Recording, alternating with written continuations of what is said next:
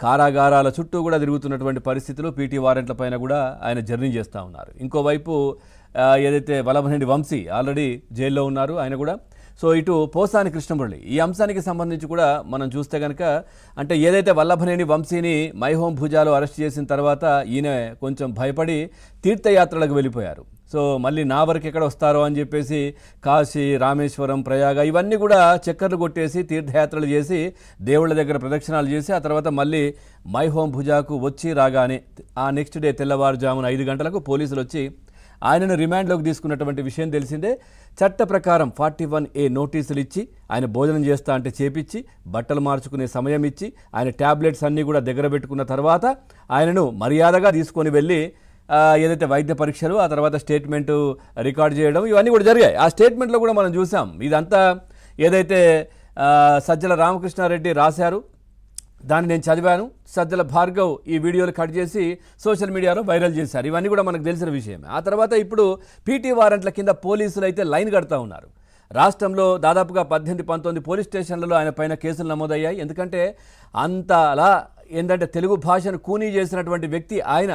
తెలుగు భాషలో ఎన్ని బూతులు ఉంటాయా అని అప్పటి వరకు ఎవరికి తెలియదు. ఆ విధంగా పవన్ కళ్యాణ్ గారి కుటుంబ సభ్యులపైన, ఆయనను వ్యక్తిగతంగా, తర్వాత చంద్రబాబు నాయుడు గారిని, లోకేష్ గారిని, భువనేశ్వరి గారిని ఏ విధంగా దుర్భాషలాడారో తెలిసిందే. ఈ నేపథ్యంలో రాష్ట్రంలో వాళ్ళ అభిమానులు ఎంతమంది అయితే ఉంటారో వాళ్ళందరూ ఎప్పుడు గుర్తొస్తే అప్పుడు వచ్చి కేసులు పెడుతున్న పరిస్థితులు. ఎందుకంటే జగన్మోహన్ రెడ్డి అధికారంలో ఉన్నప్పుడు కేసులు పెట్టడానికి వెళ్తే తిరిగి ఎవరైతే బాధితులో కేసులు పెట్టడానికి వచ్చారో వాళ్ళపైనే తిరిగి కేసులు పెట్టిన సంఘటనలు. ఈ నేపథ్యంలో ఇప్పుడు రాష్ట్ర వ్యాప్తంగా ఇటు బోరగడ్డ అనిల్, తర్వాత వల్లభనేని వంశీ, ఇటు పోసాని కృష్ణమురళి వీళ్ళపైన కేసులు నమోదవుతున్నాయి.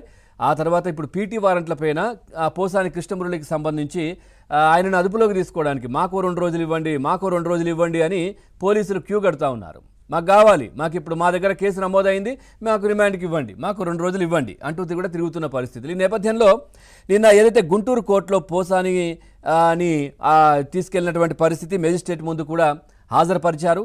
సో ఆయన కూడా కండిటి పర్యంతం అయిపోయి ఎవరు పోసాని నన్ను ఎక్కడికి తీసుకెళ్తున్నారో, ఏ కేసులో తీసుకెళ్తున్నారో, అసలు నన్ను ఎందుకు తిప్పుతున్నారో నాకు అర్థం కావట్లేదని ఇప్పుడు ఏమీ తెలియనట్టుగా మాట్లాడుతున్న పరిస్థితులు. ఆ తర్వాత నాకు ఆరోగ్యం బాగోలేదు, గొంతుకు సంబంధించినటువంటి ఇబ్బందులు ఉన్నాయి, నాకు 70 సంవత్సరాలని చెప్తా ఉన్నారు. మరి ఇన్ని తప్పులు చేసినటువంటి మీరు తప్పులకు శిక్ష అనుభవించాలి. ఇంకా దీనికి సంబంధించి ట్రయల్ కూడా మొదలవ్వలేదు, కానీ రిమాండ్లో ఉన్నారు. దీనికి సంబంధించి ఎంక్వైరీ జరుగుతున్న సమయంలోనే మీరున్నటువంటి 10-14 రోజుల్లోనే ఈ విధంగా విలవిలాడుతున్నారే.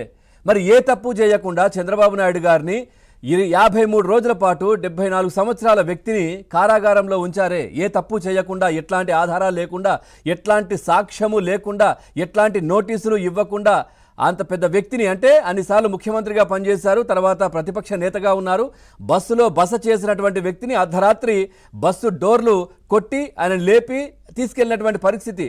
అక్కడి నుంచి జర్నీ చేయించి 100 కిలోమీటర్లు ట్రావెల్ చేయించారు. అంత ఇబ్బంది పెట్టారు కదా. మరి అప్పుడు ఏమీ తెలియలేదా?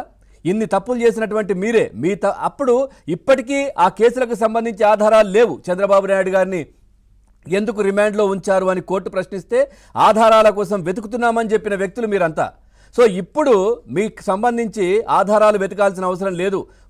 సా అని కొట్టేస్తే చాలు, యూట్యూబ్లో మీరు మాట్లాడిన అంశాలన్నీ కూడా బయటకు వస్తాయి.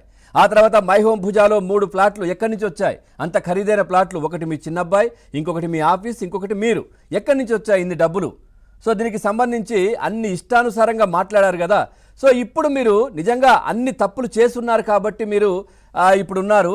దీనికి నేనేం తప్పు చేయలేదు, నేను తప్పు చేస్తే నన్ను చంపేయండి, ఆ తర్వాత నాకు ఎందుకు తిప్పుతున్నారో చెప్పండి, తర్వాత తప్పుంటే మెడ నరికేయండి అంటూ కూడా మేజిస్ట్రేట్ ముందు మాట్లాడడం. తర్వాత ఎన్ని మాట్లాడినా కానీ కోర్టు ముందు కావచ్చు, పోలీసుల ముందు ఆరోగ్యం బాగోలేకపోతే చికిత్స చేయించుకోవడం తప్పించి చేయిస్తారు వాళ్ళే, తప్పించి వేరే గత్యంతరం లేదు, వేరేదేమి ఉండదు, వాళ్ళే చేయిస్తారు. సో చేయించి దానికి సంబంధించి అవసరమైతే, అత్యవసరమైతే హాస్పిటల్లోనే ఒక రూమ్లో పెట్టి వైద్యం కూడా చేయించే పరిస్థితి ఉంటుంది. సో ఇవన్నీ ఒకటి. ఆ తర్వాత ఇంకో కేసు కూడా నమోదైంది. ఎందుకంటే గతంలో ఈ పోసాని కృష్ణమురళి ఏదైతే ఆయన మార్ఫింగ్ వీడియోపై కూడా సిఐడి కేసు నమోదు చేసింది. ఏది? చంద్రబాబు నాయుడు గారు అమిత్ షా కాళ్లకు దండం పెడుతున్నట్టుగా ఉన్నటువంటి వీడియోను కూడా, ఫోటోను కూడా ప్రదర్శించి దాని మీద కూడా ఈయన చాలా అసభ్యంగా మాట్లాడిన పరిస్థితి. మైనారిటీలు ముస్లిమ్స్ ముఖ్యంగా ఓట్లేయకండి చంద్రబాబు నాయుడు గారికి, ఏదైతే అమిత్ షాతో అంటకాగుతున్నారు, కాళ్ళకు దండం పెడుతున్నారనే విధంగా ఆయన మాట్లాడిన పరిస్థితి.